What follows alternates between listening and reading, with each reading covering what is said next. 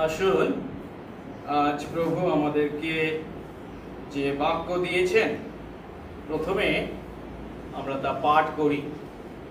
আমরা দেখব প্রকাশিত বাক্য 1 অধ্যায় 12 থেকে 20 পদ।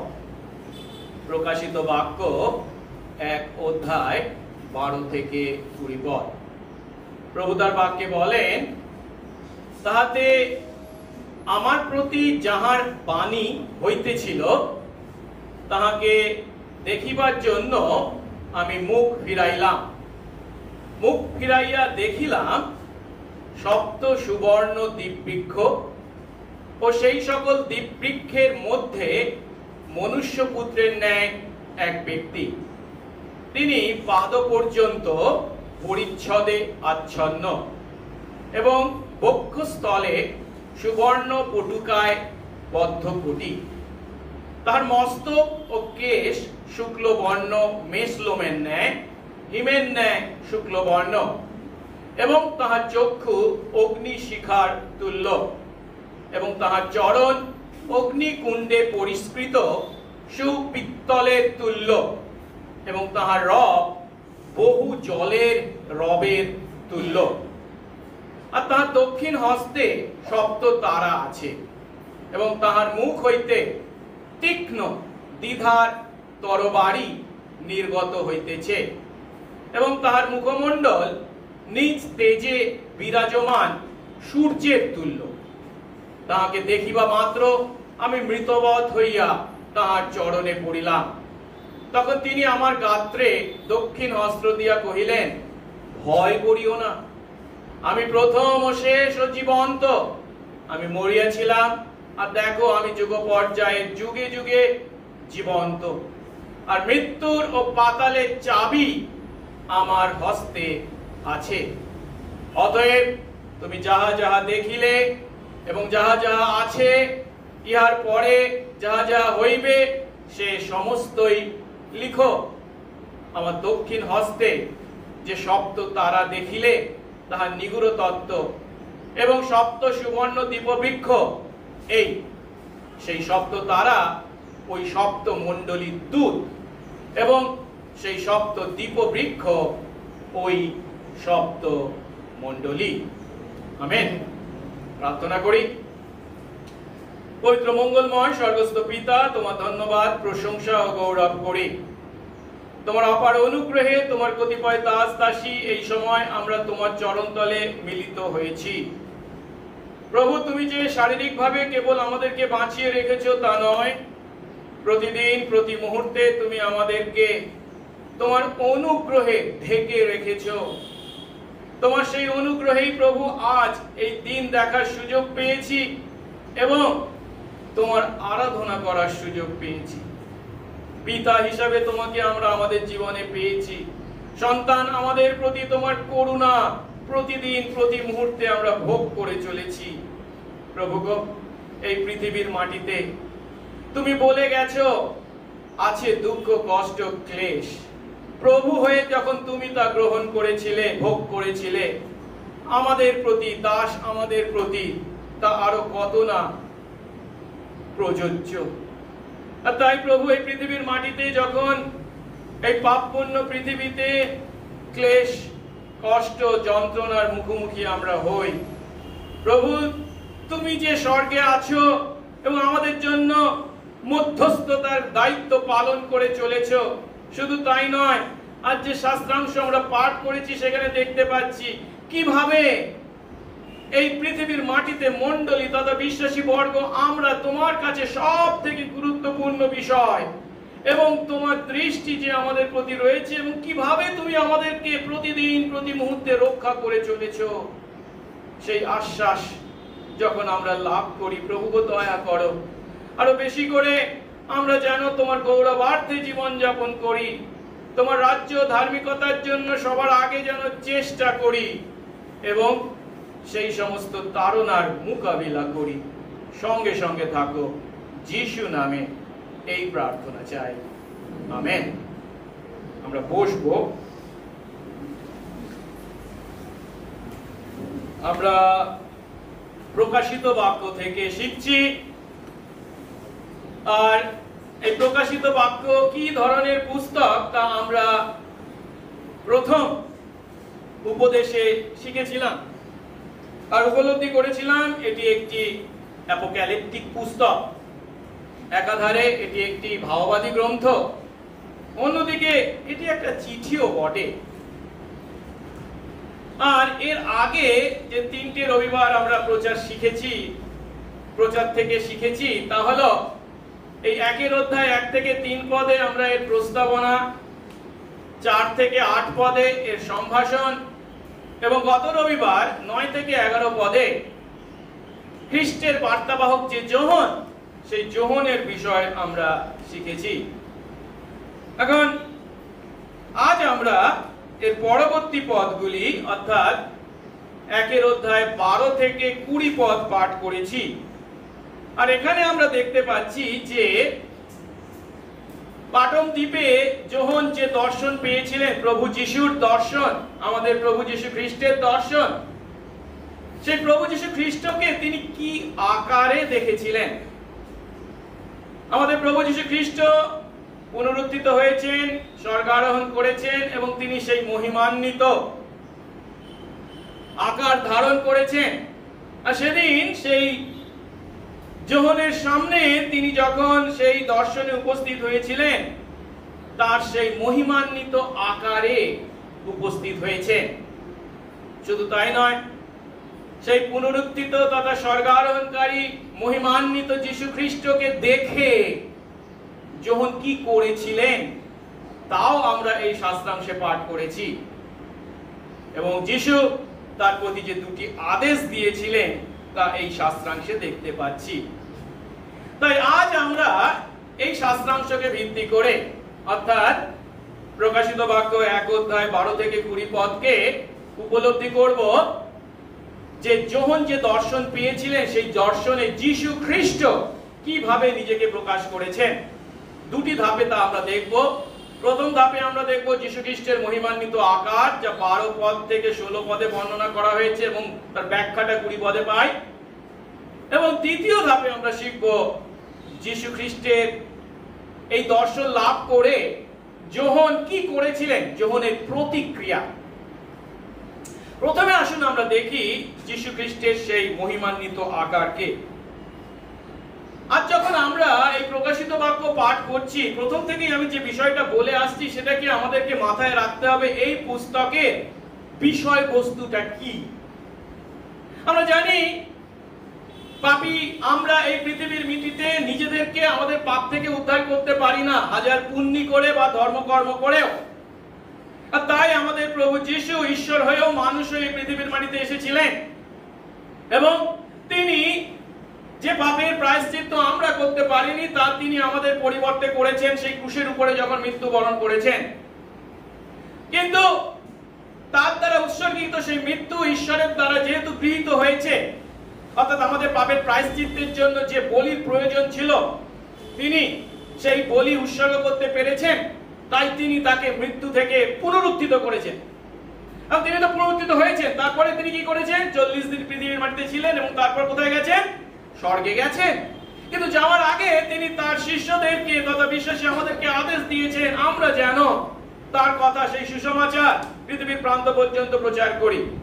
এখন সাধারণত মোটামুটি ধরা যায় 30 খ্রিস্টাব্দে তিনি মারা গেছেন, স্বর্গারোহণ করেছেন এবং তারপর তার শিষ্যরা বিভিন্ন স্থানে সুসমাচার প্রচার করেছে এবং তারই ফলস্বরূপ আমরা দেখতে পাচ্ছি এই এশিয়া মাইনরে বিভিন্ন মণ্ডলী তৈরি হয়েছে। কিন্তু যেটা আমাদেরকে বুঝতে হবে, এই সমস্ত মণ্ডলী যারা বিশ্বাসে প্রতিদিন বৃদ্ধি পেয়ে চলেছে, একই সঙ্গে তাদের জীবনে এসেছে বিভিন্ন তাড়না। কেন? খ্রিস্ট বিশ্বাসের কারণে। আর বিভিন্ন দিক থেকে, সে সামাজিক, অর্থনৈতিক ইত্যাদি যেগুলো আমরা এর আগে দেখেছিলাম, রাজনৈতিক দিক থেকে তাদের যখন তাড়না এসেছে তখন আমরা প্রশ্ন করব, পৃথিবীর মাটিতে খ্রিস্ট বিশ্বাসী খ্রিস্টের মণ্ডলী যখন এমন তাড়নাগ্রস্ত, তখন খ্রিস্ট কি করছেন? তিনি তো এখন স্বর্গে, আর তিনি স্বর্গে তিনি কি করছেন? হাত পা গুটিয়ে বসে আছেন কি না? এই প্রকাশিত বাক্যের মাধ্যমে খ্রিস্ট স্বয়ং যোহনের কাছে এই বাক্য বা এই দর্শনের মাধ্যমে দেখাচ্ছেন যে তিনি এই পৃথিবীর মাটিতে তার মণ্ডলীর জন্য কতখানি আগ্রহান্বিত, কতখানি চিন্তা করেন, এবং তার জন্য তিনি সেই মণ্ডলীর সঙ্গে কতখানি সম্পর্কিত, সেই মণ্ডলীর জন্য তিনি চিন্তা করে কিভাবে সেই মণ্ডলীর সমস্ত বিষয় উপর চোখ রেখেছেন। শুধু তাই নয়, যিনি এই মণ্ডলীর উপর সার্বভৌম ক্ষমতার অধিকারী, তিনি একই সঙ্গে জানেন সেই মণ্ডলী এখন, সেই বিশ্বাসীরা এখন কি ধরনের তাড়নার মুখোমুখি হয়েছে। আর তাই এই দর্শনের মাধ্যমে তিনি তাকে জানাচ্ছেন, বিশ্বাসী আমাদেরকে আশ্বস্ত করছেন, আমরা যেন ভুলে না যাই আমাদের প্রভুর কৃপা দৃষ্টি আমাদের প্রতি আছে। হ্যাঁ, পৃথিবীর মাটিতে আমরা এই সমস্ত ক্লেশ ভোগ করছি, ঠিক কথা, তাড়নার মুখোমুখি হয়েছি, ঠিক কথা, কিন্তু আমাদের প্রভু আমাদের জন্য মৃত্যুর উপর জয়লাভ করেছেন, এবং মৃত্যুর চাবি, জীবন ও মৃত্যুর চাবি তার হাতে। আর তাই তিনি যেমন মৃত্যুর উপর জয়লাভ করেছেন, আমরাও এই সমস্ত দুঃখ কষ্ট তাড়নার দ্বারা কখনো বিপদগামী হব না, পা পিছলে যাব না, বা লেজ গুটিয়ে পালাবো না, পরিবর্তে সাহসের সঙ্গে মোকাবেলা করব, বিশ্বাস রক্ষা করব। আর এই বিষয়টি আজ এই শাস্ত্রাংশে আমরা দেখতে পাচ্ছি যে যীশু খ্রিস্ট যোহনকে দর্শন দিচ্ছেন, তিনি সেই ক্রুশবিদ্ধ এক বিধ্বস্ত মৃতপ্রায় এমন একজন ব্যক্তি হিসাবে নয়, তিনি পুনরুত্থিত মহিমান্বিত এমন আকারে যোহনের কাছে নিজেকে প্রকাশ করেছেন। হ্যাঁ, আর এর মাধ্যমে যোহন যা দেখেছেন, যীশু খ্রিস্টকে যে আকারে দেখেছেন, সেই আকারের পুঙ্খানুপুঙ্খ বর্ণনার মাধ্যমে, প্রতিটি বিষয়ের মাধ্যমে আজ মণ্ডলীর সঙ্গে খ্রিস্টের কি সম্পর্ক তা আমাদের কাছে তুলে ধরেছেন। যখন একটু আগে আমি এই অংশটি পাঠ করছিলাম, তখন হয়তো আপনাদের একটু কঠিন লেগেছে। খুবই প্রতীকী আকারে তার চুল, তার চোখ, তার জিভ, তার পা ইত্যাদির বর্ণনাকে আমরা দেখেছি। কিন্তু আমি প্রথম দিনে যে বিষয়টা বলেছি, প্রকাশিত বাক্য বাইবেলের আর 5টা গ্রন্থের মতো নয়, একটু আলাদা, অ্যাপোক্যালিপটিক হওয়ায় এর অনেক বিষয় সাংকেতিক বা প্রতীকী। তাই আমাদেরকে এগুলির সিম্বলিক্যালি বা প্রতীকী আকারে ব্যাখ্যা করতে হবে। আক্ষরিক অর্থে ব্যাখ্যা করলে কিন্তু আমরা ভুল পথে পরিচালিত হব। তাই আসুন আজ এই দর্শনে যোহন যখন যে যিশুকে দেখছেন, তার চোখ, মুখ, নাক, কান ইত্যাদি বা পায়ের যে বর্ণনা তিনি দিচ্ছেন প্রতীকী আকারে, তার মাধ্যমে আসলে যীশু খ্রিস্টের সঙ্গে মণ্ডলীর কি সম্পর্ক, তার সেই মহিমান্বিত আকারকে আমরা উপলব্ধি করতে চেষ্টা করি। আপনাদের সুবিধার জন্য আমি একটা ছবি খুঁজে পেয়েছি। এই অংশে সেই মহিমান্বিত যীশু খ্রিস্টের যে আকারকে আমরা এখানে দেখতে পাচ্ছি, তাকে এই ছবির সঙ্গে তুলনা করা যায়। আমি একেবারে যে এটা ঠিক এমনটি বলবো না যদিও, কিন্তু অনেকটাই এই শাস্ত্রাংশে যিশুর যে মহিমান্বিত আকারকে বর্ণনা করা হয়েছে তা ব্যাখ্যা করা হয়েছে বা বর্ণনা করা হয়েছে। আমরা দেখতে পাচ্ছি এই চারিদিকে 7টা দীপাধার বা দীপবৃক্ষ, যাতে আলো জ্বলছে, আর মাঝে মনুষ্য পুত্রের আকারে এক ব্যক্তি, আমরা একটু শিখবো একটু পরে, ইনি কে? স্বয়ং যীশু খ্রিস্ট। তার হাতে রয়েছে 7টি তারা, তার পোশাক হচ্ছে এই সাদা, তার চুল হচ্ছে সাদা, তার চোখ দিয়ে ইত্যাদি ওটাকে বোঝা যাচ্ছে না, তার মুখ দিয়ে যে কথাগুলো বেরোচ্ছে কেমন সেটা তো ছবি এঁকে দেখানো যায় না। এবং পায়ের বর্ণনা করা হয়েছে যা উজ্জ্বল পরিষ্কৃত পিত্তলের ন্যায় জলজল করছে বা ঝকঝকে ইত্যাদি। এখানে ছবি আসলেই এটা কাঁপে, জানি না কেন। দেখো, এখন আসল প্রথমে আমরা দেখি 12 এবং 13 পদে তার কি বর্ণনা দেওয়া হয়েছে।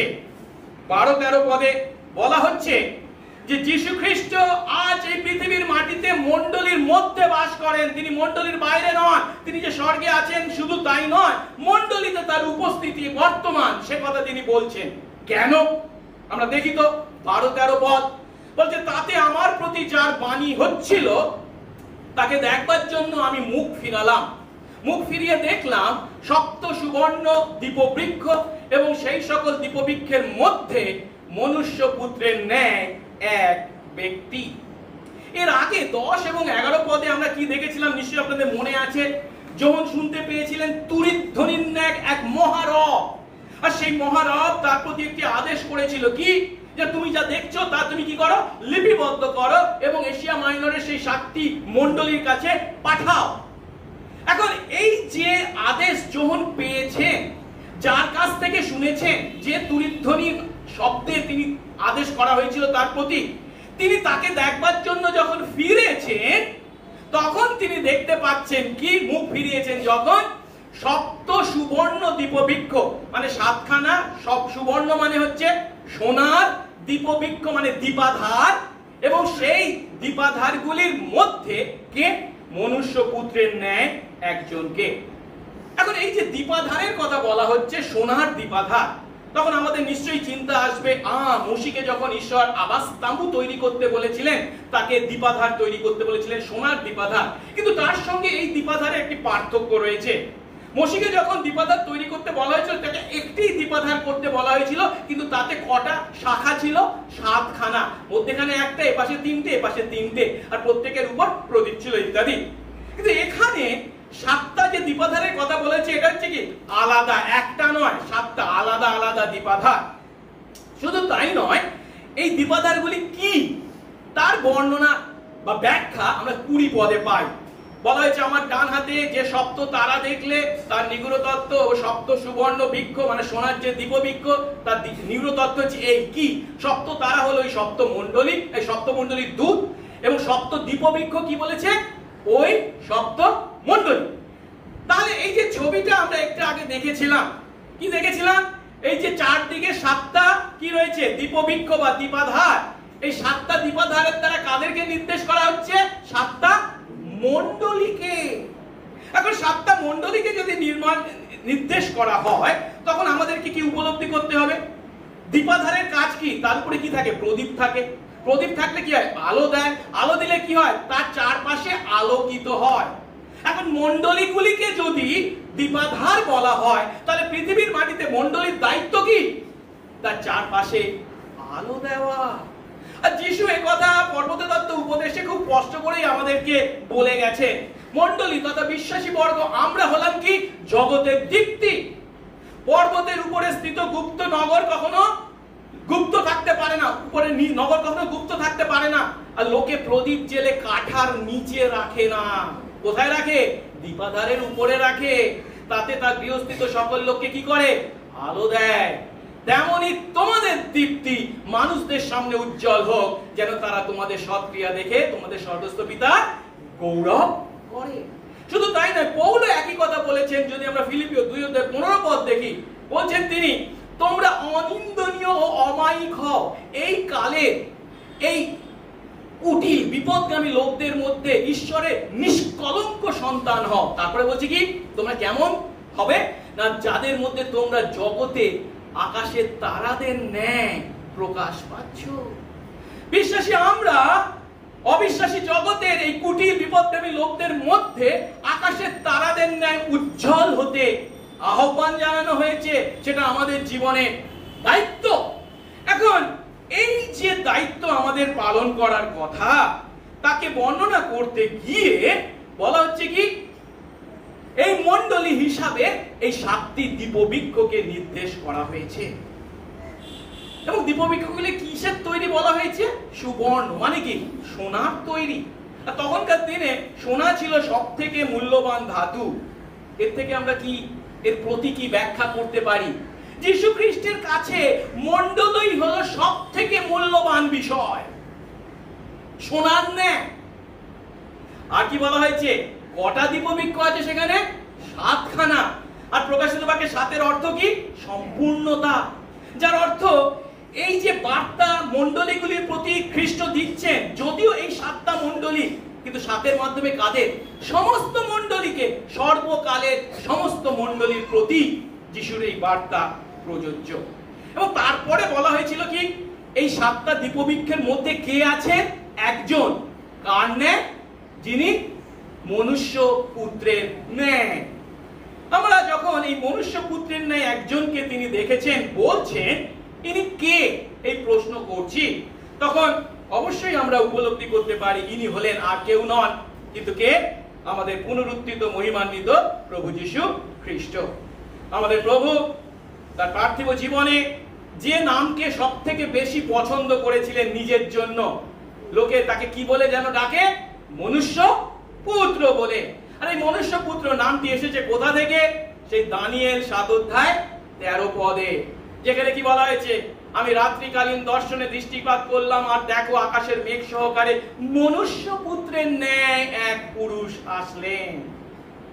এই যে ভাববাণী করা হয়েছিল, যখন মহাযাজক যিশুকে জিজ্ঞাসা করেছিল তুমি সেই পরম ধন্যের পুত্র, তখন তিনি বলছেন কি? হ্যাঁ, তুমি দেখবে মনুষ্য পুত্র কি মেঘ যোগে আসছেন। তিনি নিজে এই যে ভাববাণী পূর্ণ করেছেন তা তিনি বর্ণনা করেছেন। আর তাই এখানে এই যে 7টি দীপবৃক্ষ বা 7টি মণ্ডলীর মধ্যে একজন মনুষ্য পুত্রের অবস্থানকে দেখতে পাচ্ছেন এই দর্শনে। এই মনুষ্য পুত্র হলে কে? স্বয়ং যীশু খ্রিস্ট। এখন এই 7টি মণ্ডলীর দ্বারা কাদেরকে নির্দেশ করা হয়েছে? শুধু 7টা মণ্ডলী নয়, পৃথিবীর সমস্ত মণ্ডলীকে। আর তার মধ্যে যীশু খ্রিস্টের অর্থ কি? এর অর্থ আজ যীশু খ্রিস্ট পৃথিবীর সমস্ত মণ্ডলী, তার মণ্ডলীর মধ্যে অবস্থান করছেন, তার উপস্থিতি দিয়ে চলেছেন। তিনি বিশ্বাসীদের মধ্যে বাস করেন। আর এই কথা কি তিনি বলে যাননি? অবশ্যই তিনি তার স্বর্গারোহণের পূর্বে তার শিষ্যদেরকে কি বলেছিলেন? যখন তার মহান আদেশ দিয়েছিলেন, সেই আদেশের শেষ অংশে বলছেন কি? আমি যুগান্ত পর্যন্ত প্রতিদিন তোমাদের সঙ্গে সঙ্গে আছি। অর্থাৎ এই দর্শনের প্রথম যে বিষয়টি যখন উপলব্ধি করছে বা আজ আমরা উপলব্ধি করছি, তা হলো কি? খ্রিস্ট যার আমরা আরাধনা করি, তিনি আমাদের মধ্যে মণ্ডলীর মধ্যে বাস করেন এবং পরিচালনা দেন ও শক্তি দিয়ে চলেছেন। দ্বিতীয়, তিনি যে যীশু খ্রিস্টের আকারকে দেখেছেন, তার মাধ্যমে মণ্ডলীর সঙ্গে খ্রিস্টের সম্পর্কের দ্বিতীয় যে বিষয়টি হলো, খ্রিস্ট আজ সমস্ত মণ্ডলীর জন্য, পৃথিবীর মাটিতে সমস্ত মণ্ডলীর জন্য কি করে চলেছেন? প্রার্থনা করে চলেছেন। কেন? আমরা পরের পদটা দেখি, 13 পদে দ্বিতীয় অংশ। সেই মনুষ্য পুত্রকে বর্ণনা করতে গিয়ে বলা হয়েছে কি? তিনি পা পর্যন্ত পরিচ্ছদে আচ্ছন্ন এবং তার বুকে সুবর্ণ মানে সোনার পটুকার বন্ধনী। এই যে ছবিটা দেখেছিলাম, দেখতে পাচ্ছি এই যে রোপ বলা হয় বা আলখাল্লা বলা হয় পা পর্যন্ত সেটা, এবং তার বুকে আমরা দেখতে পাচ্ছি সোনার একটা পটুকা বন্ধনী। এখন এই আকার বা এই পোশাককে যখন আমরা দেখছি, তখন আমরা সহজেই উপলব্ধি করতে পারি যে পুরাতন নিয়মে রাজারা বা নতুন নিয়মের রাজারাও এই আলখাল্লা ধরনের পরতো এবং ভাববাদীরা সাধারণত এই ধরনের পোশাক পরতো। কিন্তু এখানে বিশেষ করে এই পোশাকের দ্বারা যে বিষয়টিকে তুলে ধরা হয়েছে সেটা কি? না, আমরা যদি গ্রিক শব্দটিকে দেখি, তাহলে পুরাতন নিয়মের যে গ্রিক অনুবাদ করা হয়েছিল, যাকে সেপচুয়াগিন্ট বলা হয়, এই শব্দ সেই পুরাতন নিয়মের গ্রিক অনুবাদে বেশিরভাগ ক্ষেত্রে কার পোশাকের জন্য নির্দেশ করা হয়েছে বা ব্যবহার করা হয়েছে? মহাযাজকের পোশাকের জন্য। তাই এর অর্থ বাইবেলের শিক্ষা অনুসারে যীশু খ্রিস্ট যদিও একাধারে ভাববাদী রাজা, ঠিক কথা, কিন্তু এখানে এই পরিচ্ছদের মাধ্যমে যিশুর কোন ভূমিকাকে? মহাযাজকের ভূমিকাকে তুলে ধরা হয়েছে। এখন মহাযাজকের বিভিন্ন কাজ ছিল, যদিও তার মুখ্য কাজ কি ছিল? সে ছিল কি? ঈশ্বর এবং তার প্রজাদের মধ্যে মধ্যস্থতার কাজ। মধ্যস্থতার কাজটা কি? প্রার্থনা।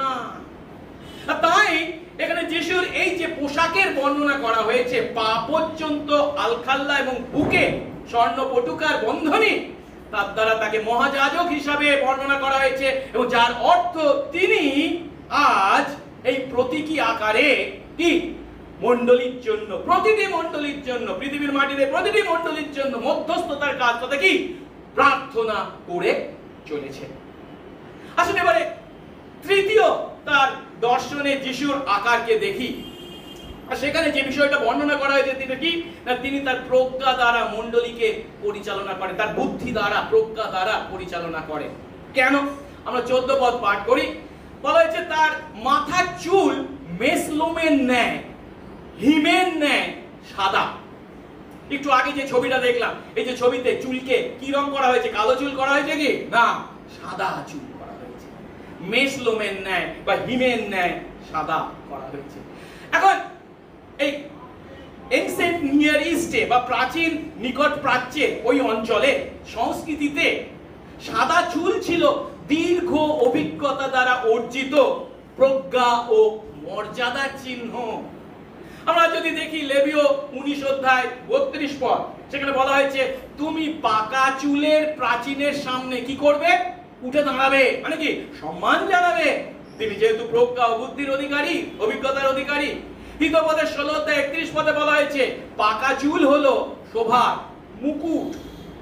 অর্থাৎ এখানে এই খ্রিস্টের এই আকারে যে সাদা চুলকে দেখানো হয়েছে, বলা হচ্ছে সাদা চুলের কথা, প্রতীকী আকারে কি বর্ণনা করা হচ্ছে? খ্রিস্ট বিশ্বব্যাপী তার মণ্ডলীকে তার প্রজ্ঞার দ্বারা পরিচালনা দান করে চলেছেন। আসুন এবার চতুর্থ তার বর্ণনাকে দেখি, যেটা আমরা 14 পদের দ্বিতীয় অংশে পাই। কি বলা হয়েছে? তার চোখ আগুনের শিখার ন্যায়। এখন এই ছবিতে এই আগুনের শিখাকে বর্ণনা করাটা কঠিন, যদিও এখানে আমাদেরকে বুঝতে হবে যে যখন তার এই চোখকে আগুনের শিখার ন্যায় বলছে, মানে চোখ যেন ঠিকরে বেরোচ্ছে এবং সমস্ত বিষয়ের প্রতি তার দৃষ্টি আছে বা নজর আছে, সমস্ত কিছু দেখে চলেছেন, তার দৃষ্টিকে এড়িয়ে আমরা কিছু করতে পারি না। আর একথা যিশু স্বয়ং নিজে বলে গেছেন। মতি 10 অধ্যায় 26 পদে তিনি কি বলেছিলেন তার শিষ্যদেরকে? অতএব তোমরা তাদের ভয় করো না। কাদের? যারা তোমাদের শরীরকে ধ্বংস করতে পারে। কারণ এমন ঢাকা কিছুই নেই যা প্রকাশ পাবে না, এমন গুপ্ত কিছুই নেই যা জানা যাবে না। মানে কি সমস্ত বিষয় তার দৃষ্টির নিচে নগ্ন, তার চোখকে এড়িয়ে কিছুই ঘটে না। তিনি সমস্ত বিষয়ের প্রতি তার দৃষ্টি রেখেছেন। শুধু কি তাই, ইব্রিয় 4 অধ্যায় 13 পদে বলে কি? আর তার সামনে কোন সৃষ্ট বস্তু অপ্রকাশিত নয়, মানে কিছুই নিজেকে লুকাতে পারে না তার চোখ থেকে। তার চক্ষু গোচরে সকলই নগ্ন, তার চোখের নিচে সবই ঢাকা নেই, সব ফাঁকা, খোলা, অনাবৃত রয়েছে। আর আরো বলছেন তার কাছে আমাদেরকে কি করতে হবে? নিকাশ, হিসাব দিতে হবে। একথার অর্থ এই চোখের দ্বারা, সেই অগ্নির ন্যায় চোখের কথা যখন বলা হয়েছে, তার দ্বারা বলা হচ্ছে প্রতীকী আকারে খ্রিস্ট এখন পৃথিবীর মাটিতে তার প্রতিটি মণ্ডলীর প্রতি তার সজাগ দৃষ্টি রেখেছেন। আসুন এবারে পঞ্চম বর্ণনায় যাই। এখানে তিনি যে মণ্ডলীকে শাসন করেন সেই বিষয়টিকে বর্ণনা করা হয়েছে। আমরা দেখি 15 পদের প্রথম অংশ বলেছে তার পা অগ্নিকুণ্ডে পরিস্কৃত পিতলের ন্যায়। অগ্নিকুণ্ডে পরিস্কৃত পিতলের ন্যায় আমরা জানি পিতলকে মানে যখন মাটি থেকে তুলে আনে তাতে খাদ থাকে, সেকে নিখাত করবার জন্য কি হয়? আগুনে গলানো হয়। এই আগুনে গুলিয়ে নিখাত করা হয়েছে, পরিষ্কার করা হয়েছে, এমন পিতলের ন্যায় ঝকঝকে হচ্ছে তার পা। ছবিটাতে পায়ে একটু জল জল করছে, বেরিয়েছে তো, পিতলের ন্যায় ঝকঝকে করা হয়েছে। আমি সত্যি কথা বলতে এই অগ্নিকুণ্ডে পরিস্কৃত পিতলের ন্যায় ঝকঝকে, এটার অর্থ কি বলাটা বড্ড কঠিন, কারণ এই ধরনের পরিভাষা বাইবেলে খুব একটা বেশি ব্যবহার করা হয়নি। তবু ধরা যেতে পারে যীশু খ্রিস্ট যখন এমন আকারে যৌবনের কাছে নিজেকে প্রদর্শন করেছেন, তখন এই চুল্লিতে পরিস্কৃত তার ঝকঝকে পায়ের দ্বারা তার মণ্ডলীর উপর কর্তৃত্ব বা ক্ষমতার শাসনকে নির্দেশ করা হয়েছে। কেন? মণ্ডলীর মধ্যেও অনেক সময় এমন বিশ্বাসীরা আছে যারা পাপপূর্ণ জীবনযাপন করে, আর তাই প্রয়োজন হলে তাদেরকে শাসন করার প্রয়োজন আছে। তিনি সেই ক্ষমতা ও কর্তৃত্বের অধিকারী। তিনি আজ আমাদের পৃথিবীর মাটিতে মণ্ডলীগুলি বিশ্বাসীদের পাপপূর্ণ জীবনের সময় শাসন করে থাকে। আসুন এবারে ষষ্ঠ বর্ণনায় যাই। ষষ্ঠ বর্ণনায় বলা হয়েছে তিনি তার কণ্ঠস্বরকে বলা হয়েছে। কেমন কণ্ঠস্বরকে দেখি 15 পদের দ্বিতীয় অংশে। তার কণ্ঠস্বর মহা জলকল্লোলের ন্যায়। এই যে মহা জলকল্লোলের ন্যায় তার স্বর বা কণ্ঠস্বর বা তার রবকে বর্ণনা করা হয়েছে। এই ধরনের কথা আমরা পুরাতন নিয়মে জিজকেল 43 অধ্যায় 2 পদে পাই। বলা হয়েছে, দেখো পূর্ব দিক থেকে ইসরায়েলের ঈশ্বরের প্রতাপ এলো।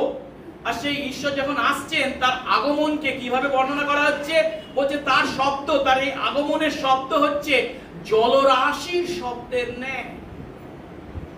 তাই এর থেকে আমরা যে উপলব্ধি করি সেই ইসরায়েলের ঈশ্বর যেমন জলরাশির শব্দের ন্যায় তার কর্তৃত্ব এবং ক্ষমতায় শক্তিশালী ভাবে গর্জনকারী ভাবে আসছেন, এখানেও যখন সেই একই কথা বলা হচ্ছে, তার কণ্ঠস্বর হচ্ছে মহা জলকল্লোলের ন্যায়, তখন তার দ্বারা মণ্ডলীর উপর তার কর্তৃত্বকে বা তার ক্ষমতাকে নির্দেশ করা হয়েছে। আর মণ্ডলীর উপর খ্রিস্ট এই কর্তৃত্ব বা ক্ষমতার অবশ্যই অধিকারী। কেন? কারণ তিনি তার নিজের রক্ত দিয়ে আমাদেরকে, মণ্ডলীকে কিনেছেন, তাই তিনি এই কর্তৃত্বের অধিকারী। আসলে এবার সপ্তম বর্ণনায় যাই। সপ্তম বর্ণনায় বলা হয়েছে তিনি হচ্ছেন আজ মণ্ডলীর উপর নিয়ন্ত্রণ কাজ চালিয়ে চলেছেন। কেন? 16 পদে প্রথম অংশে বলা হয়েছে তার হাতে রয়েছে 7টি তারা।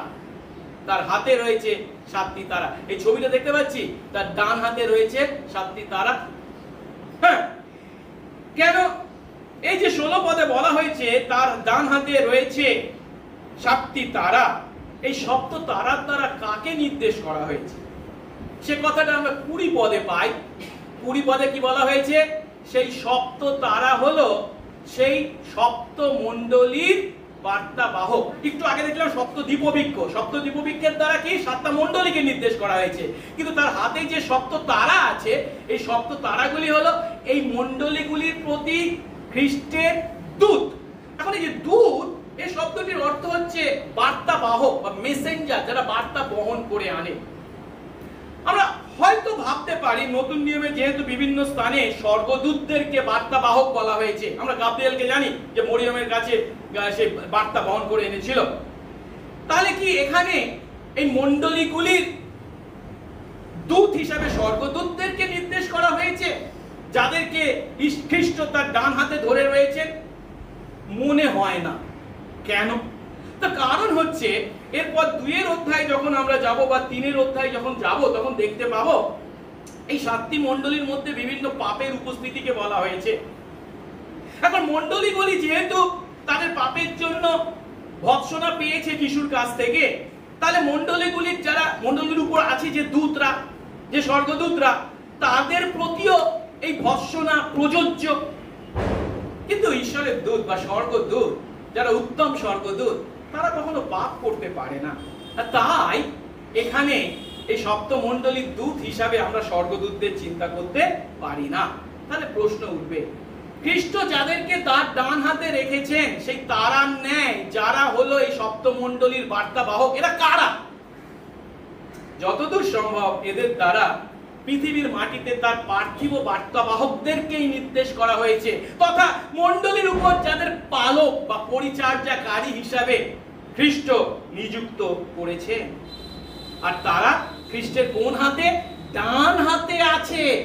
খ্রিস্ট তাদেরকে তার ডান হাতে ধারণ করছেন, মানে কি তাদের উপর, সেই মণ্ডলীগুলির উপর খ্রিস্টের সেই নিয়ন্ত্রণকারী ক্ষমতা যা আছে, তা তিনি সেই মণ্ডলীগুলির উপর সার্বভৌম ক্ষমতা প্রয়োগের মাধ্যমে সাধন করে থাকেন। কাদের মাধ্যমে? সেই সমস্ত অভিষিক্ত পালক বা পরিচর্যাকারীদের মাধ্যমে।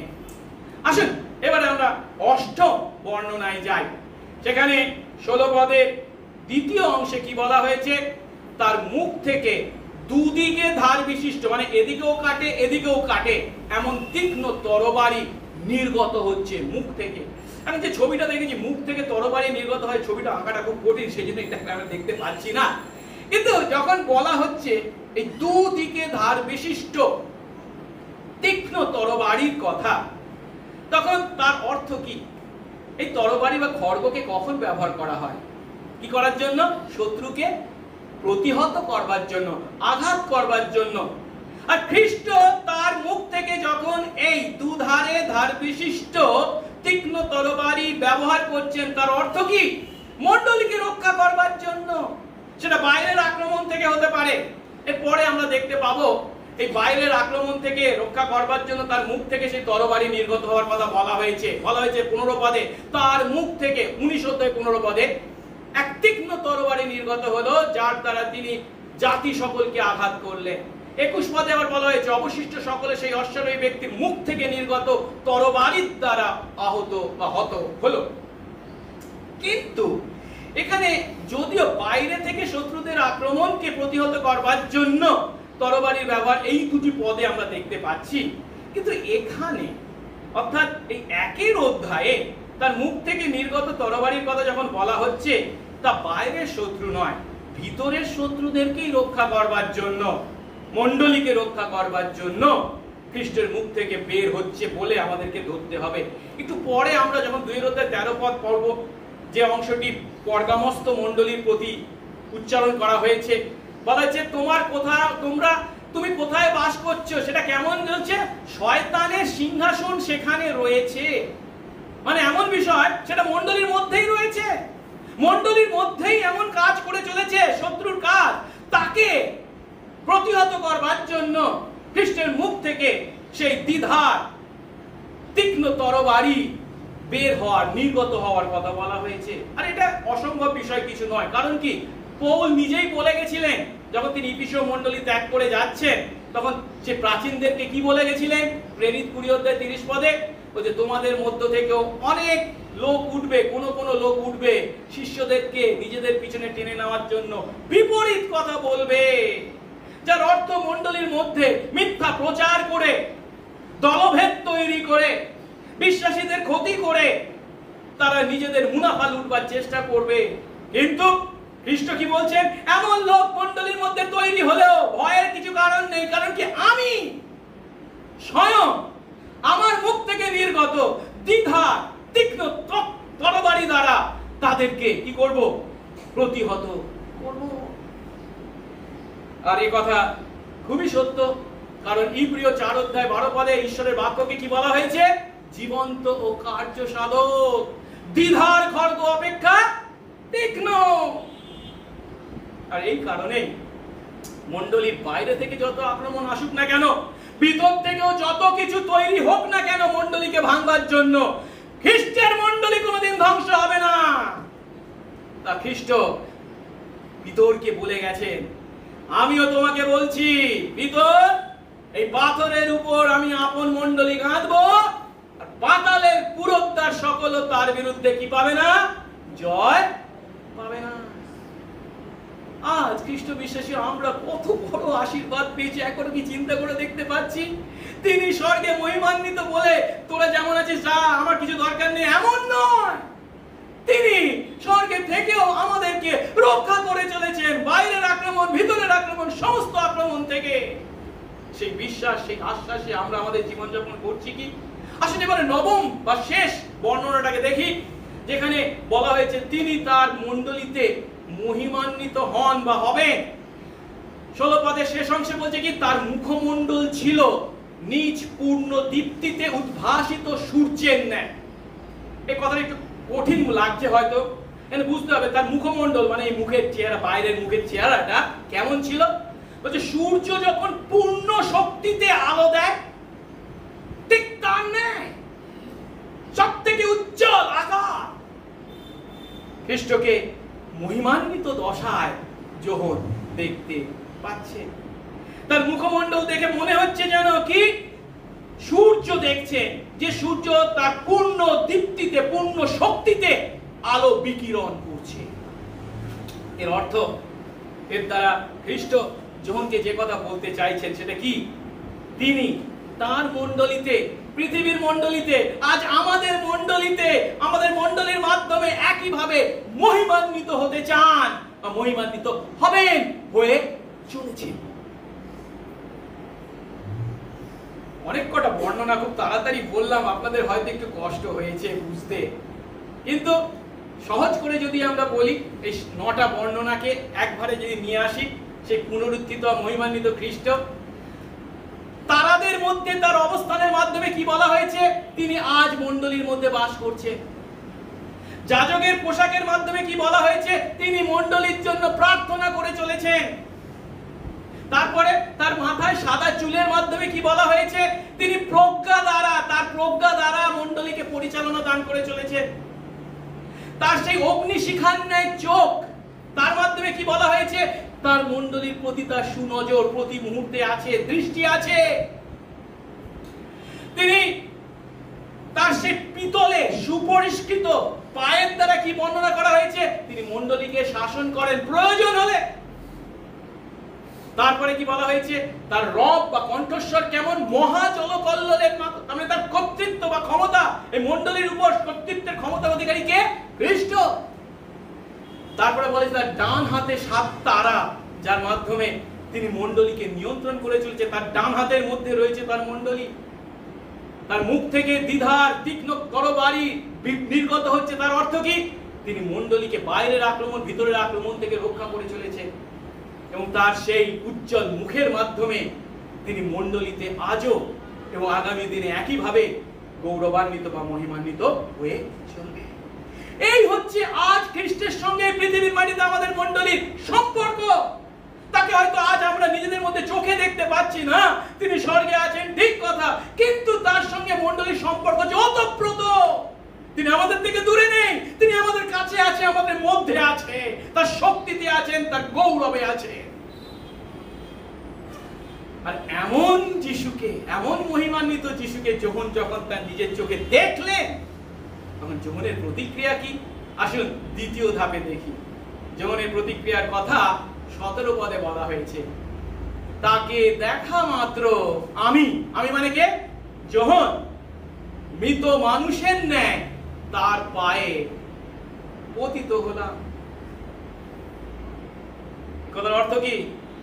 যিশু খ্রিস্টের সেই মহিমান্বিত গৌরবান্বিত সেই চেহারা দেখে যোহন মরা মানুষের ন্যায় যিশুর পায়ে পড়েছেন। এটা চিন্তা করা খুব কঠিন, উপলব্ধি করা খুব কঠিন। কেন? আমরা কার কথা শুনছি? যোহনের কথা। যে যোহন এই যিশুর সঙ্গে 3 বছর কাটিয়েছেন, দিন রাত কাটিয়েছেন, যিনি তার অন্তঃপ্রেত্যে সেই 3 জনের সেই ঘনিষ্ঠ বন্ধুদের মধ্যে একজন, যার সম্বন্ধে যোহনের সুসমাচারে বলা হয়েছে যিশু যাকে ভালোবাসতেন, সেই যিশু তাকে ত্যাগ করে চলে গেছে যদি 30 খ্রিস্টাব্দ, আর এখন হচ্ছে 95 খ্রিস্টাব্দ, মানে কি প্রায় 60 বছর পেরিয়ে গেছে। 60 বছর পর সেই যিশুকে যখন দেখেছেন যোহন, আমরা কি আশা করব? আনন্দে যোহন তাকে জড়িয়ে ধরবে। কিন্তু যোহন কি আনন্দে তাকে জড়িয়ে ধরেছেন? তার এই মহিমান্বিত, এই গৌরবান্বিত আকার দেখে তিনি কি করছেন? তার পায়ে তিনি লুটিয়ে পড়েছেন, ভয়ে তিনি কোঁকড়াচ্ছেন।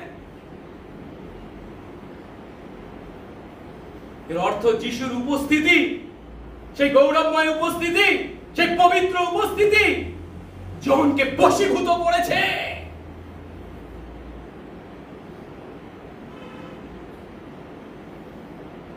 আর এটাই সত্য, খ্রিস্টের সেই মহিমান্বিত গৌরবান্বিত সেই পবিত্র উপস্থিতির সামনে যোহন অধমুখে তার সামনে পতিত হতে বাধ্য হয়েছে। এবং প্রকাশিত বাক্যে একবার নয়, বারবার আমরা দেখতে পাবো। এই 1 অধ্যায় 17 পদে দেখতে পাচ্ছি, 19 অধ্যায় দেখতে পাবো, 28 অধ্যায় দেখতে পাবো, একইভাবে তিনি তার সামনে পতিত হতে বাধ্য হয়েছে। এবং যখনই তিনি পতিত হচ্ছেন, বলছে কি অধমুখে তিনি তার কি করেছেন? আরাধনা করেছে।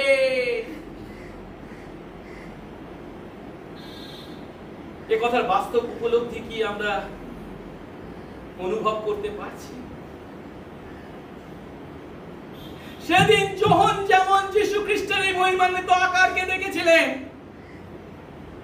যীশু খ্রিস্টের এই উপস্থিতিতে তিনি অধমুখে পতিত হতে বাধ্য হয়েছিলেন, আজ এই পৃথিবীর মাটিতে আমরা যখন মণ্ডলীতে মিলিত হই এবং ঈশ্বর আরাধনা করি, তার অর্থ কি? আমরাও সেই যোহনের ন্যায় একইভাবে সেই পুনরুত্থিত মহিমান্বিত গৌরবান্বিত পবিত্র যীশু খ্রিস্টের সামনে উপস্থিত হই।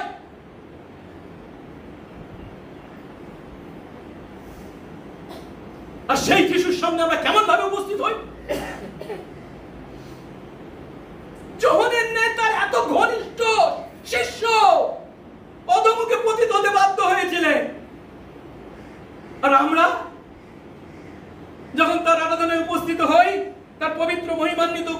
ওই উপস্থিতিতে উপস্থিত হই? আমরা কি সেখানে যা ইচ্ছা তাই করতে পারি? অশিষ্ট অভদ্র আচরণ কি করতে পারি? কিছু আগেই আমাদের পরিচারক তরুণ বিশ্বাস মহাশয় যখন প্রার্থনা করছিলেন, তিনি বলছেন কি, জগতের মাটিতে কোনো বিশিষ্ট ব্যক্তির সঙ্গে যখন সাক্ষাৎ করতে যায় আগে আগে যায়, তার কথা শুনবার জন্য কত আগ্রহ করি। আর যদি আপনি দেশের রাষ্ট্রপতির সঙ্গে সাক্ষাৎ করার সুযোগ পেতেন, তাহলে কি আপনি যে কোনো কাপড়ে যেতে পারতেন? যে কোনো ভাবে যেতে পারতেন? দেরি করে আসতে পারতেন?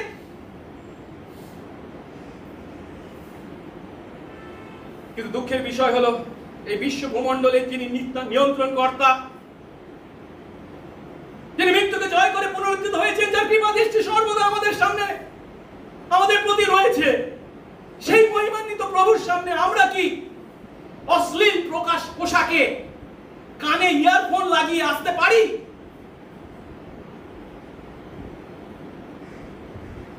আমি কথাগুলো বলছি কারণ গত শুক্রবার আমি খুব কষ্টের মধ্যে পড়েছিলাম। গত শুক্রবার গিদিয়ন সংস্থা থেকে একটি পাস্টারদের অ্যাপ্রিসিয়েশন মিটিং করা হয়েছিল। তার রাস্তায় অনেক জ্যাম ট্যাম ছিল, 6টার সময় শুরু হওয়ার কথা, আমরা একটু দেরি করে যাই, অনেকেই দেরি করে আসে, অনেকেই দেরি করে যায়।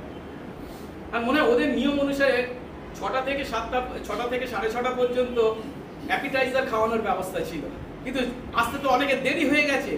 উপাসনা শুরু হয়েছে 8টার দিকে, আমাদের উপাসনা চলছে, এমন সময় আমাদেরকে অ্যাপিটাইজার বিতরণ করা হচ্ছে এবং যারা আছে তারা খাচ্ছেও দিব্যি। আমি তো বিব্রত হয়েছি যে উপাসনা হচ্ছে, তার মধ্যে এটা কি করব, আমি বুঝতে পারছি না কি করব। আমার স্ত্রী আমাকে বলছে উপাসনা হচ্ছে, আমি বললাম না, এটা মনে হয় উপাসনা নয়, জাস্ট একটা মানে কি বলে মিলিত হওয়া। এবং তাই কি করা হচ্ছে, কিন্তু সেখানে গানও করা হচ্ছে, আবার ওয়ার্শিপ গানও করা হচ্ছে, কিন্তু সবাই যখন খাচ্ছে আমি খুব বিব্রত হয়ে পড়েছি। আমি যদি আবার না খাই কিরকম হয়, আমিও খেয়ে নিলাম। কিন্তু খেয়ে নেওয়ার পর আমার মনে কেমন লাগছে, এটা কি হচ্ছে। আমি তখন মনে মনে বলছি কি না, এটা উপাসনা নয়, এটা জাস্ট একটা গেট টুগেদার।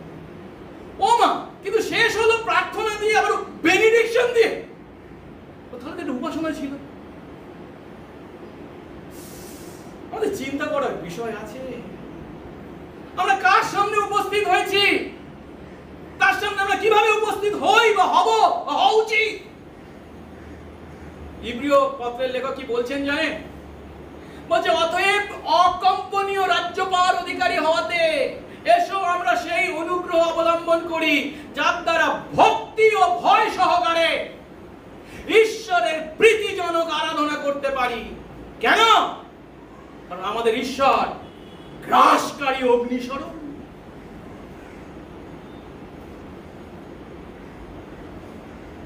যোহনী সত্য উপলব্ধি করেছিলেন, তাই সেই মহিমান্বিত পুনরুত্থিত খ্রিস্টকে দেখে তিনি অধমুখে খ্রিস্টের পদতলে পতিত হয়ে ভক্তি ও ভয় সহকারে তার আরাধনা করেছিলেন, কারণ তিনি জানতেন ঈশ্বর হলেন গ্রাসকারী অগ্নিস্বরূপ। আপনারা বলবেন না মানে, কিন্তু একই সঙ্গে তো আমরা খ্রিস্টের কত কাছাকাছি না, আমাদের বন্ধু, আমাদের ভাই তিনি, ইত্যাদি। হ্যাঁ, ঠিক কথা। যোহনের থেকেও আপনি তার কাছের বলে নিজেকে মনে করেন? একটু আগে আমি তার কথা কি বলেছি, তার সঙ্গে তিনি 3 বছর কাটিয়েছে, তার ইনার সার্কেলের তিনি একজন। যিশু যাকে ভালোবাসতেন এমন তিনি নিজে পর্যন্ত অধমুখে পতিত হয়েছে। আজ আমরা কি করছি? এখন এইভাবে যোহন যখন অধমুখে তার পায়ে পতিত হয়ে তার আরাধনা করেছেন, যিশু তখন তাকে 2টি আদেশ দিয়েছে। প্রথম আদেশটি হচ্ছে কি, ভয় করো না। 17 পদ দেখি, বলা হচ্ছে, তিনি আমার গায়ে ডান হাত দিয়ে বললেন, ভয় করো না। যখন তিনি তার সেই ডান হাতে স্পর্শ দিচ্ছেন, তার অর্থ কি? যোহনকে তিনি সান্ত্বনা দিচ্ছেন, আশ্বাস দিচ্ছেন। কি সেই সান্ত্বনা, কি সেই আশ্বাস? যোহন, আমি তোর পাপের জন্য মরেছি। যোহন, আমি তোকে ঈশ্বরের সামনে ধার্মিক প্রতিপন্ন করেছি। আমি তোর পরিত্রাতা। সেই যিশু তার অনন্ত অনুগ্রহে ও দয়ায় যোহনকে এই স্পর্শের দ্বারা যে আশ্বাস দিলেন সেটা কি? যোহন, তুই আমার, তুই আমার, আমার নিজের অধিকার। আর তিনি কেবল এই আশ্বাস দিতে পারেন। যোহন যে যিশুর, তার কারণ কি? দ্বিতীয় অংশে বলছে, কারণ আমি প্রথম ও শেষ এবং জীবিত সত্তা। আমি মরেছিলাম, আর দেখো আমি যুগ পর্যায়ে যুগে যুগে জীবন্ত, আর মৃত্যুর ও পাতালের চাবি আমার হাতে আছে। খ্রিস্ট মৃত্যুকে পরাজিত করেছেন। তিনি চিরকাল জীবিত। আর তাই একমাত্র তিনিই হলেন মৃত্যু ও জীবনের উপর কর্তৃত্বের অধিকারী, ক্ষমতার অধিকারী। কেন? যীশু খ্রিস্ট যখন ক্রুশের উপর আমাদের পাপের প্রায়শ্চিত্ত করেন, তখন তিনি দিয়াবলকে চিরকালের জন্য পরাজিত করেছেন। সে মৃত্যু জীবনের উপর যে চাবি, তিনি সেই কর্তৃত্ব, চাবি হচ্ছে কর্তৃত্ব, তিনি লাভ করেছেন। আর যেহেতু তিনি মৃত্যু জীবনের উপর কর্তৃত্বের চাবি, মৃত্যু পাতালের চাবি লাভ করেছেন, একমাত্র তিনি আমাদেরকে বলতে পারেন, ভয় করো না। অনেকে হয়তো এটা ভুল ব্যাখ্যা করব। একটু আগে যখন ভয় পেয়ে মাটিতে পড়ে গেছে তার পায়ের কাছে, আর তাই তাকে বলছে এরকম ভয় করিস না। সেই ভয়ের করার কথা আপনি বলছেন না। পৃথিবীর মধ্যে কোন বিষয়কেই ভয় করার তার প্রয়োজন নেই। আমাদের চরম যে শত্রু মৃত্যু, তার উপরও তিনি যেহেতু জয় করেছেন, তিনি যেহেতু শয়তানকে পরাজিত করেছেন, কেবল তিনি বলতে পারেন ভয় করো না। হ্যাঁ, তিনি রক্ত মাংসের অধিকারী হয়ে আমাদের পরিবর্তে সেই মৃত্যুর দ্বারা, মৃত্যুর উপর যে কর্তৃত্বের অধিকারী ছিল ব্যক্তিকে, শয়তান, তাকে তিনি শক্তিহীন করেছেন। আর আমাদের মৃত্যু ভয় থেকে উদ্ধার করেছেন, যে কথা ইব্রিয় 2:14-15 বলে। ভালো সন্তানেরা যখন রক্ত মাংসের ভাগী, তখন তিনি নিজেও সেই রূপ তার ভাগী হলেন। ঈশ্বর আত্মা, তথাপি তিনি কি হলেন? আমার আপনার মতো শরীরের অধিকারী হলেন, দেহায়িত হলেন। আর কি বলা হয়েছে? মৃত্যু দ্বারা তিনি নিজে মরে মৃত্যুর উপর যার কর্তৃত্ব, সেই দিয়াবলকে শক্তিহীন করলেন। কেন? তার সন্তান আমরা যারা মৃত্যু ভয়ে যাবজ্জীবন দাসত্বের অধীন ছিলাম, আমাদেরকে উদ্ধার করার জন্য। আর এই কারণেই যিশু কি বলেন? যে আমাকে বিশ্বাস করে সে মরিলেও জীবিত থাকবে। সে মৃত্যুর অধীন নয়, মৃত্যু থেকে জীবনে পার হয়ে গেছে।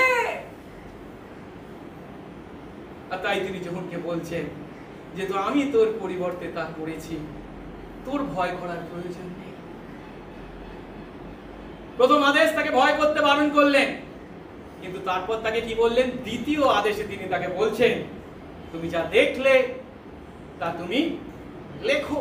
19 পদ, অতএব তুমি যা যা দেখলে, যা যা আছে, যা যা হবে, সে সমস্তই লেখো। অতীত, বর্তমান, ভবিষ্যৎ, দেখলে, আছে, হবে। অর্থাৎ এই সময় যে দর্শন তিনি পেতে চলেছেন, তা সবই যেন যোহন লিপিবদ্ধ করে। এর আগে 11 পদে এই একই কথা তাকে বলা হয়েছিল। তাকে বলা হচ্ছে, কেউ যেন বলছেন তুমি যা দেখছো তা পত্রিকায় লেখো এবং এশিয়া মাইনরের সেই 7টি মণ্ডলীর কাছে পাঠিয়ে দাও। সেই কথারই এখানে পুনরাবৃত্তি করা হয়েছে। প্রভুর গৌরব হোক। যিশু সেদিন যোহনকে যে আদেশ দিয়েছিলেন, যোহন সেই আদেশ পালন করেছেন বলেই আজ আমরা আমাদের হাতে এই প্রকাশিত বাক্য পুস্তককে পেয়েছি। আজ আমরা উপলব্ধি করতে পারছি আমাদের প্রভু আমাদের জন্য কি করছেন এখন। এশিয়া মাইনরের যে সমস্ত মণ্ডলী ক্রমশ প্রতিকূলতার সমস্যার বা তাড়নার মুখোমুখি হয়েছিল, তাদেরকে বিশ্বাসে অবিচল থাকতে, তাদের বিশ্বাসকে দৃঢ় করতে যিশু তার এই প্রকাশিত বাক্য যোহনের মাধ্যমে তাদের কাছে পাঠিয়েছিলেন। খ্রিস্ট তাদেরকে জানাতে চাইছেন কি? আমি তোদেরই মধ্যে আছি, আমি তোদের মধ্যে বাস করছি, এবং এই সমস্ত ঘটনার উপর আমি সমস্ত সার্বভৌম নিয়ন্ত্রণের অধিকারী। তাই তোরা বিশ্বাসে অবিচল থাক, আমার অনুগ্রহে সর্বদা সেই বিশ্বাসের সাক্ষ্য গ্রহণ কর। এর অর্থ আমাদেরকে এই প্রকাশিত বাক্যে যীশু খ্রিস্টকে চিনতে হবে, জানতে হবে। আমি যীশুকে বিশ্বাস করি বলি, কিন্তু কোন যীশুকে? আমার মন গড়া যীশুকে কি আমি আমার হৃদয়ে স্থান দিয়েছি? আমার পছন্দ মতো যীশুর আকারকে আমি পুজো করছি? না, তা করলে হবে না। এই যীশু হলেন সেই যীশু যখন তিনি তার শিশুদেরকে প্রশ্ন করেছিলেন, আমি কে, তোরা কি বলিস? পিতর উত্তর দিচ্ছেন, আপনি সেই খ্রিস্ট, জীবিত ঈশ্বরের পুত্র। ঈশ্বরের পুত্র মানে কি? তিনি স্বয়ং ঈশ্বর। তিনি কেবল কোন শিক্ষক নন, গুরু নন, কোন ভাওবাদী নন, বা কেবল অলৌকিক কার্যকারী নন।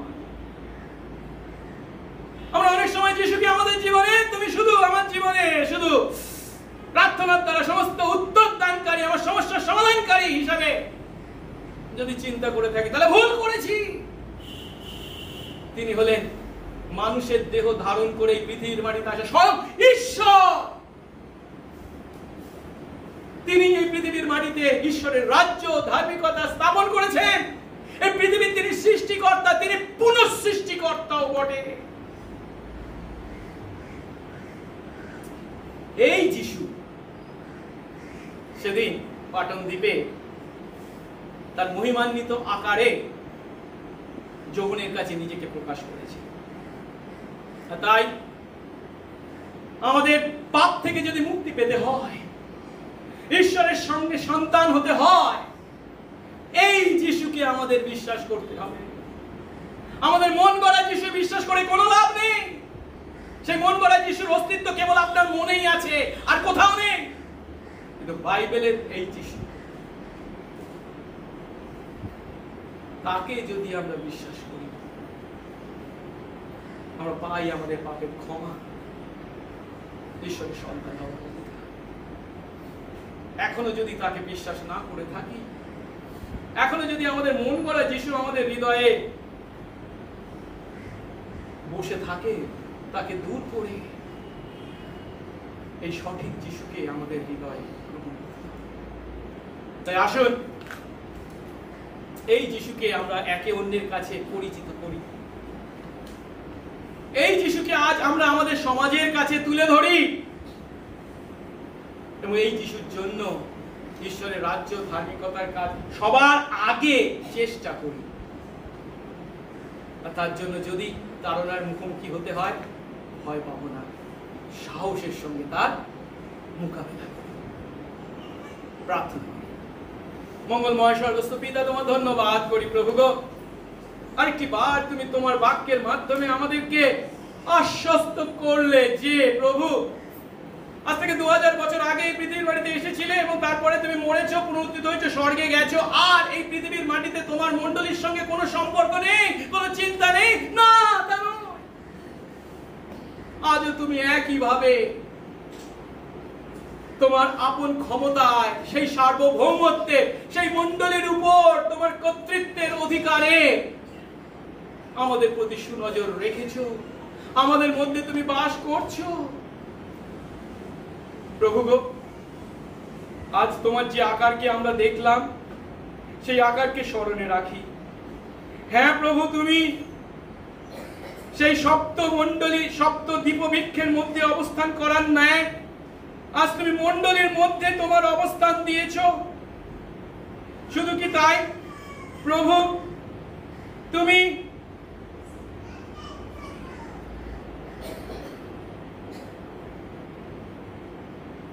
এই মণ্ডলীর জন্য তোমার ইচ্ছা কাজ অনুসারে তোমার সেই যাজকের পোশাকের মাধ্যমে তুমি যে প্রার্থনা করে চলেছ, তোমার সেই সাদা চুলের মাধ্যমে মণ্ডলীকে তোমার প্রজ্ঞা দ্বারা পরিচালনা দিয়ে চলেছ, তোমার সেই তীক্ষ্ণ অগ্নিপূর্ণ চোখের মাধ্যমে মণ্ডলীর প্রতি সুনজর রেখেছ, চুল্লির দ্বারা পরিষ্কৃত পিতলের পায়ের দ্বারা মণ্ডলীর উপর তোমার শাসনকে তুমি বর্ণনা করেছো, প্রয়োজন হলে যা তুমি প্রয়োগ করে থাকো।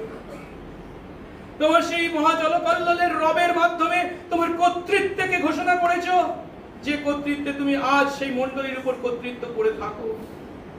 তোমার হাতে সেই সপ্ত তারাকে ধারণ করার ন্যায় মণ্ডলীর উপর তোমার নিয়ন্ত্রণ চালিয়ে চলেছো, এবং তোমার মুখ থেকে নির্গত সেই দ্বিধার তীক্ষ্ণ তরবারির ন্যায় তুমি মণ্ডলীকে বাইরের আক্রমণ ও ভিতরের আক্রমণ থেকে রক্ষা করেছো। আজও তুমি একইভাবে সেই মণ্ডলীতে সেই উজ্জ্বল মুখমণ্ডলের ন্যায় মহিমান্বিত হয়ে চলেছ। দয়া করো প্রভু, এই সত্য উপলব্ধিতে আজ কি আমরা আমাদের জীবন যাপন করছি? দয়া করো। বিশেষ করে প্রভু, যখন তোমার সান্নিধ্যে আসি, তোমার আরাধনায় উপস্থিত হই, দাও তুমি আমাদেরকে সেই ভক্তি ও ভয়। মনে রাখি তুমি গ্রাসকারী অগ্নিস্বরূপ, সত্য আত্মায় যেন তোমার আরাধনা করি, তোমার প্রাপ্য সম্মান তোমার প্রতি প্রদর্শন করি, সঙ্গে সঙ্গে যিশু এই প্রার্থনা চাই। আমেন।